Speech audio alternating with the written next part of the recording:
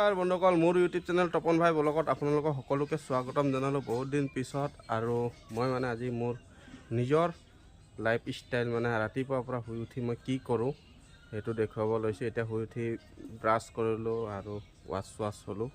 Brush কৰি wash হৈ পিনি এতিয়া মানে যাব বান্ধিবলৈ, এতিয়া গৰু বান্ধিবলৈ যাওঁ। গৰু বান্ধি আহিলোঁ, তাৰপিছত আৰু কি কৰোঁ সেইখিনি দেখুৱাম বলকচোন। তেতিয়ালৈকে বেবীয়ে পঢ়ি আছে আৰু মানে যেতিয়া মই টাইম পাওঁ তেতিয়ালৈ এইটো কাম কৰোঁ। এইটো সেইদিনাখন ৱালটো দিলোঁ আৰু এইটো ৱাল দিলোঁ আৰু এই ওপৰতো অকণ ৱাল দিব আছিলে, এইটো বি দিলোঁ। ঘৰটো সম্পূৰ্ণ হোৱাই নাই আৰু এইটো খেলি আছে, বেবী পঢ়ি আছে, মায়ে চাই আছে। এইটো বনোৱাৰ পিছত কি হ'ব দেখুৱাম। আৰু মায়ে সুধি আছে, কৈ আছিলে এই ৱালটো আৰু অকণ আহিব লাগিছিলে। নহয় মা, এইটো এনে টুকুৰা টুকুৰি আহিবতো, ইয়াৰ পৰা এনে দি পিনি পষ্টটো দিম নহয়, পচে ইয়াক কামুৰি ধৰিব মানে, বুজিছে নাই।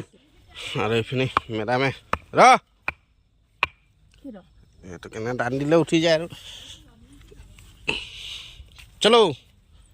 এই শুঙি যাব দেই, চাই থাকিবা লগৰীবিলাক। এনে শুঙি যদি আহিলে হয় ইয়াকতো এৰি দিলোঁ হয় নহয়।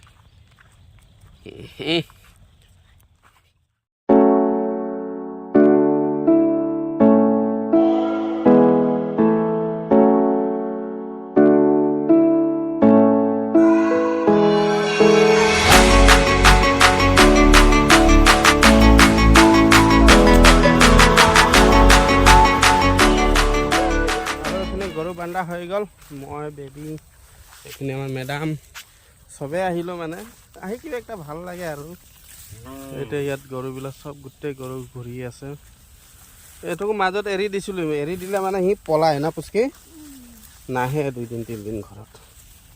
সেইকাৰণে কেইদিনমান বান্ধিলোঁ আৰু বল পিন্ধিয়ে যাওঁ। সাপ থাকে বোলে, সেনে ইয়াত সাপৰ চোলা বোলে পালে